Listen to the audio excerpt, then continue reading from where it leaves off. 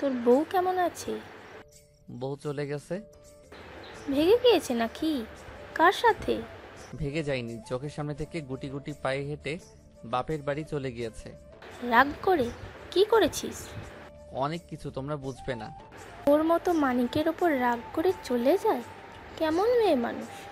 অদ্ভুত মেয়ে মানুষ দাদি, অদ্ভুত মেয়ে মানুষ। সামিন চায়ের বিল মিটিয়ে দিয়ে উঠে দাঁড়ায়, এলোমেলোভাবে হেঁটে অফিসের গেট দিয়ে ঢুকে। আজ একটা মানববন্ধন আছে প্রেস ক্লাবের সামনে, তার আগে দলের ছেলেদের নিয়ে গুরুত্বপূর্ণ আলোচনা করা জরুরি। অফিসে ঢুকে দেখে সবাই অলস ভঙ্গিতে বসে আছে, কেউ কেউ মোবাইল ফোন নিয়ে ব্যস্ত। সামিন নিজের চেয়ারটাতে গা এলিয়ে দিয়ে বসতে বসতে বলে, কিছু মাছি এনে মারতে পারতি, এভাবে চুপচাপ বসে থাকলে ভালো লাগে না। তৌফ উঠে দাঁড়ায়। সামিন তার দিকে না তাকিয়ে একটা কাগজ দেখতে দেখতে বলে, আপডেট বল। তৌফ চিন্তিত ভঙ্গিতে বলে, কোনটার? তোর ভাবির, আমার বউয়ের। ভাবি 4 ঘন্টা আগে নিউ মার্কেটের বনি টেলিকম থেকে একটা নতুন মোবাইল ফোন কিনেছে এবং সাথে একটা সিম কার্ড। সেখান থেকে বের হয়ে তাদের কলেজের একটা সামনে পার্কের একটা বেঞ্চিতে বসে একটা বান্ধবীর সাথে কিছুক্ষণ গল্প করেছে।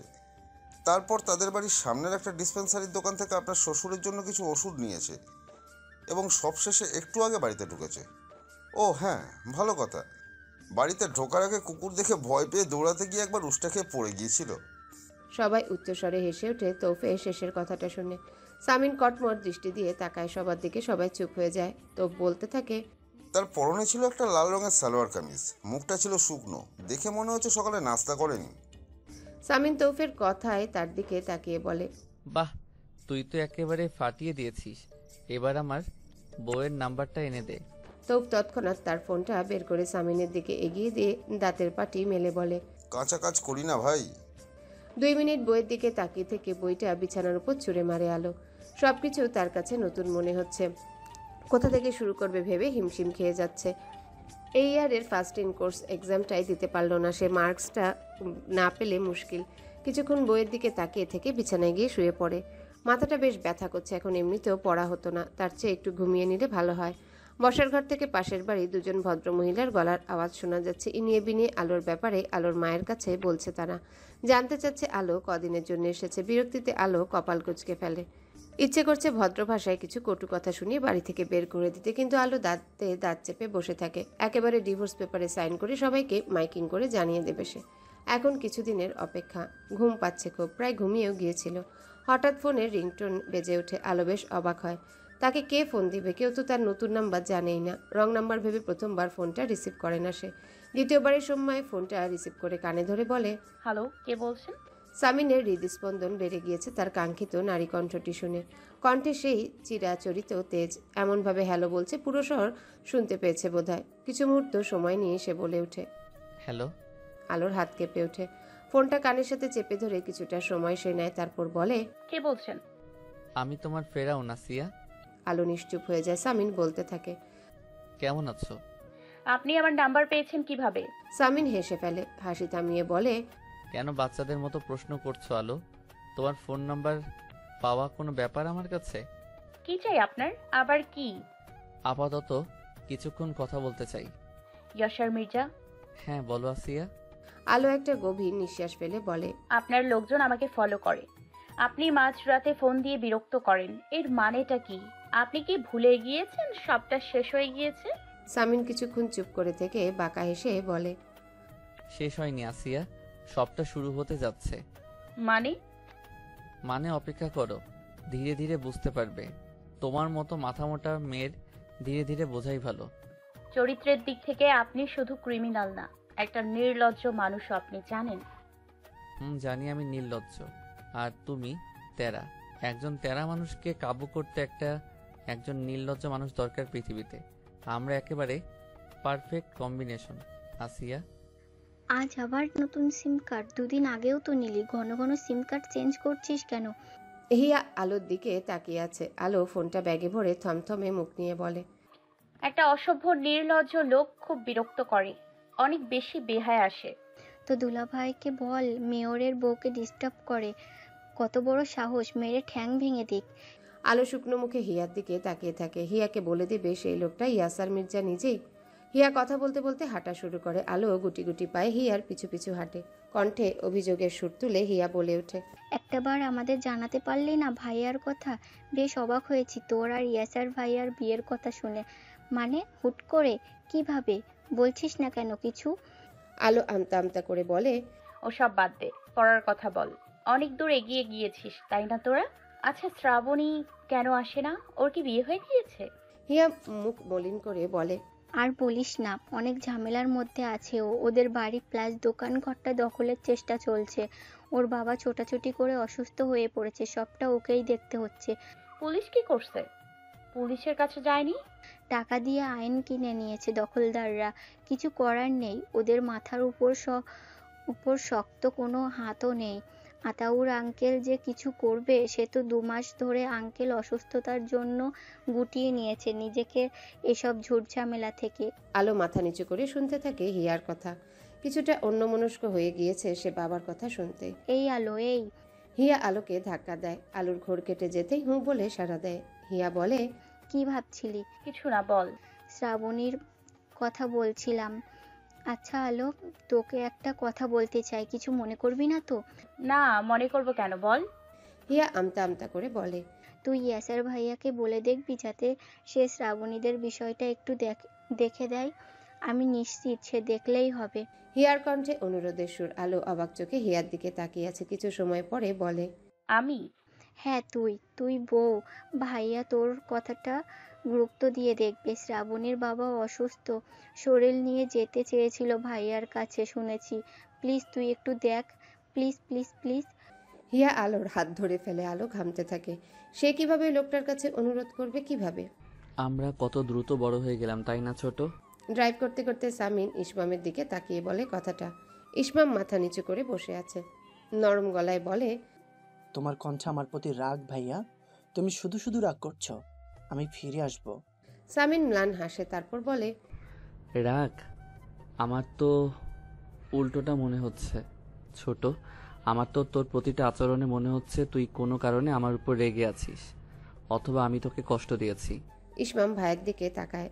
স্টিয়ারিং এর উপর রাখা সামিনের বাম হাতের উপর আলতো করে ছুঁয়ে দিয়ে বলে, ধুর, তুমি বেশি বেশি ভাবো ভাইয়া। তুই সবসময় অন্যায় কাজ অপছন্দ করিস। আলোর বিষয়টা নিয়ে তুই আমার উপরে রাগ। আমি জেদের বসে সবসময় ঝামেলা করি বলে। ইসমাম চুপ করে থাকে, তারপর বলে ওঠে, ঝামেলা করো, আবার সব যা ঠিকঠাক তো করে নাও, তাই রাগ নেই। আপনার নাম? আদ্রিতা আলো।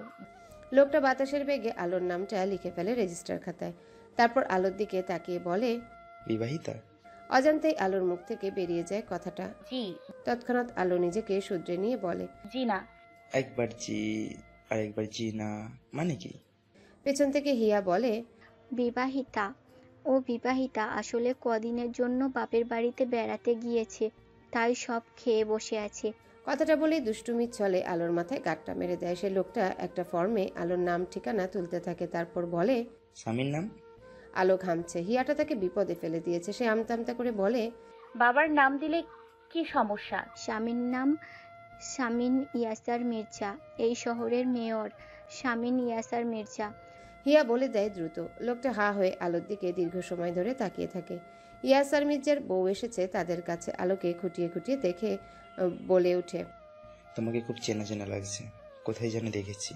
খুব ফেমাস মেয়ে, চেনা চেনা লাগতেই পারে। যেখানে যায় নিজের রকচটা স্বভাবের জন্য একটা ঝামেলা বাঁধিয়ে আসে। কিছুদিন আগে টিভিতেও উঠেছিল, আপনি সম্ভবত দেখেননি। আপনি তাড়াতাড়ি ফর্মটা দিন আঙ্কেল, অফিস তো বন্ধ হয়ে যাবে।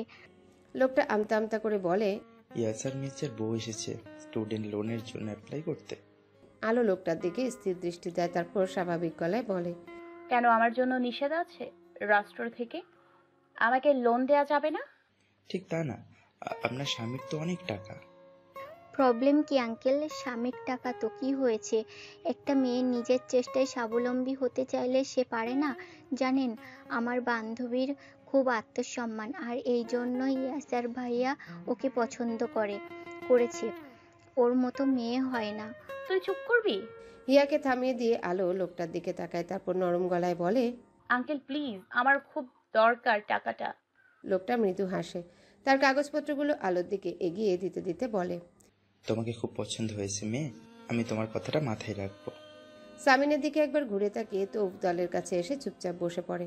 সামিন ইঞ্জিনিয়ারদের সাথে কথা বলছে। শুভ্র রঙের পাঞ্জাবি, পরনে চোখে সানগ্লাস, পাঞ্জাবির হাতা গুটিয়ে রেখেছে। টান টান হয়ে দাঁড়িয়ে রাশভারী পুরুষালী গলায় চমকপ্রদ কিছু বাক্য দিয়ে ইঞ্জিনিয়ারদের মুগ্ধ করছে এই তরুণ মেয়র। তৌফ দলের ছেলেদের বলে, ভাইকে দেখছেন আপনারা?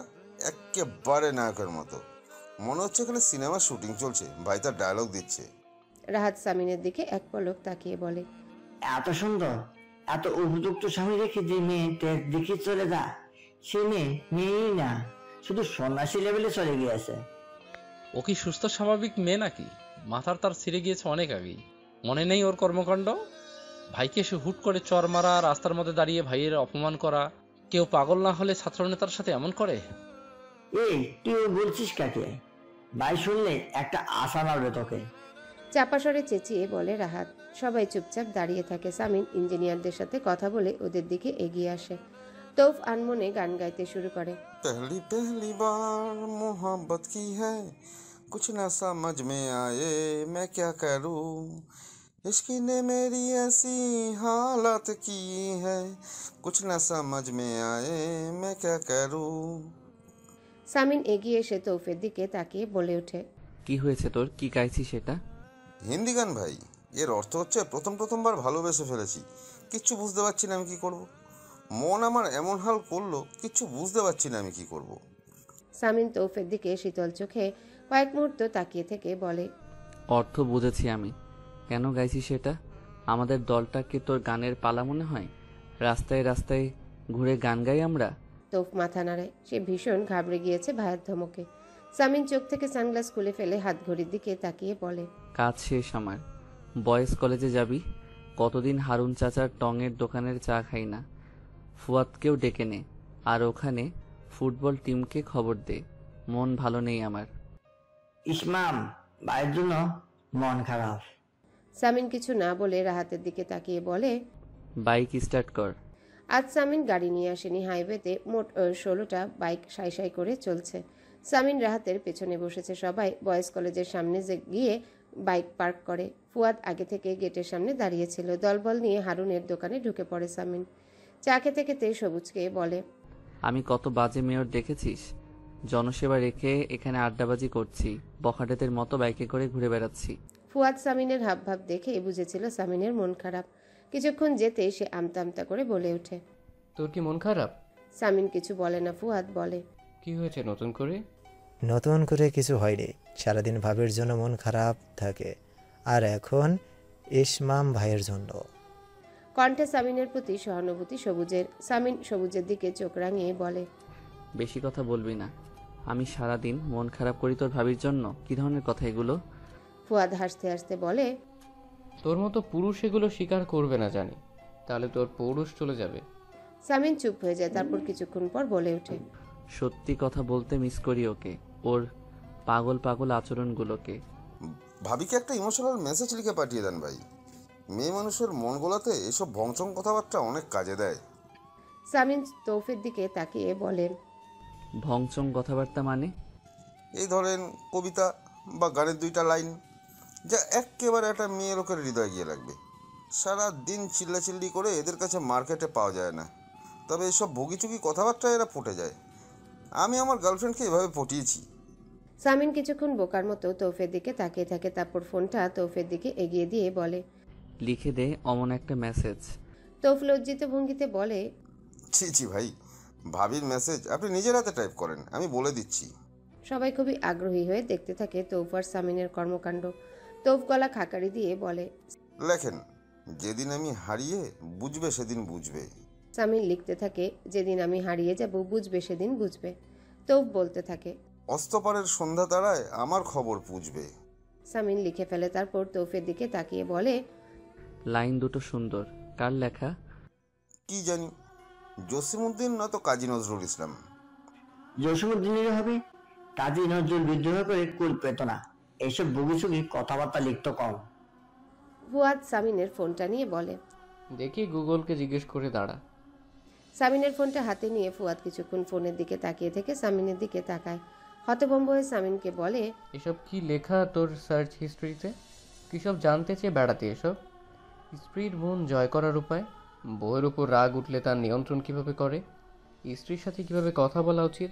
পড়তে পড়তে ফুয়াদ উচ্চ শব্দে হাসতে থাকে, তার হাসি থামছেই না। সামিন থাবা মেরে ফোনটা কেড়ে নিয়ে থমথমে মুখ নিয়ে বসে থাকে। কিছুক্ষণ পর হাসি থামিয়ে ফুয়াদ বলে, বেচারা গুগলকে তো বেশ অত্যাচার করেছে সেই কদিন। সামিন তার দলের ছেলেদের সামনে লজ্জায় পড়ে যায়। ফুয়াদ বলে, কিছু শিখতে পেরেছিস? ভাই মেসেজটা পাঠিয়ে দিন ভাবির নাম্বারে, দেখবেন একটু হলেও মন গলবে, আমি গ্যারান্টি দিচ্ছি। তোমাকে এটা লিখেই পটিয়েছি আমি। সামিন কিছুক্ষণ সবার মুখের দিকে তাকিয়ে থেকে বলে, তমা আর আতাউর আলমের মেয়ে অদ্রিতা আলো এক হলো। এই মেসেজ পাঠালে তোর ওই ভাবি কি লিখবে জানিস? লিখবে জাহান্নামে যান, মিলিয়ে নিস।